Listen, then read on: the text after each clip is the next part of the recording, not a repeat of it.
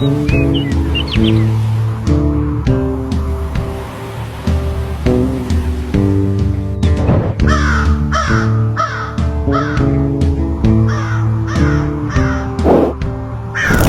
the heart of natures, in places like Zambales, Pampanga, and Bataan, live a community deeply connected with the land of the Ita.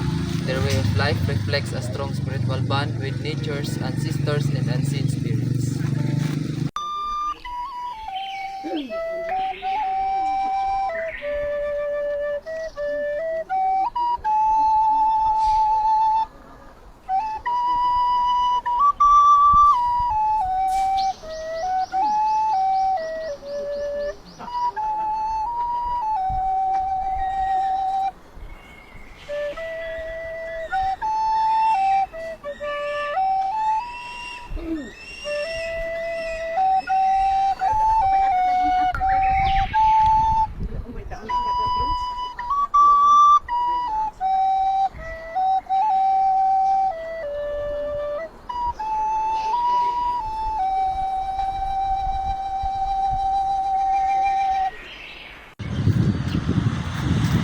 Filipino spirituality is rooted with faith not only in God but also in their natures and ancestors.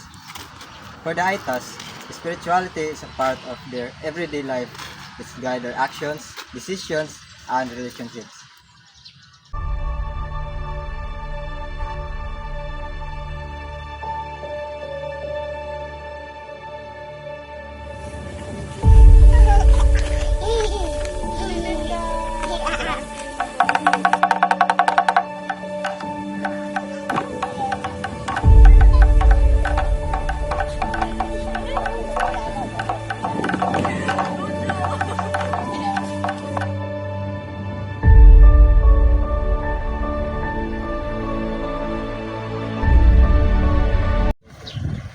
They believe in the natures, spirit of ancestor and nature. These spirits are seen as guide and protectors.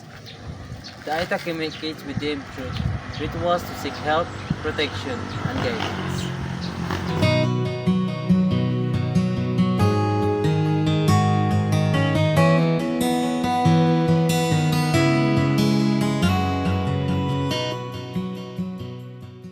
The Aita people live simple lives, relying on nature for survival.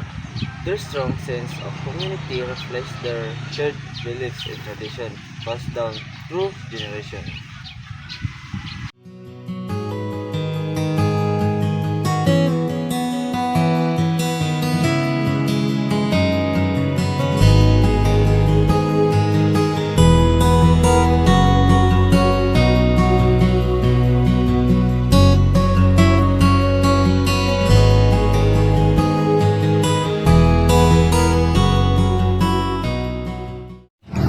Rituals are an important part of Aita spirituality.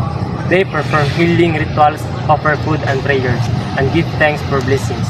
These practices shows respect to the spirits and maintain balance in their lives.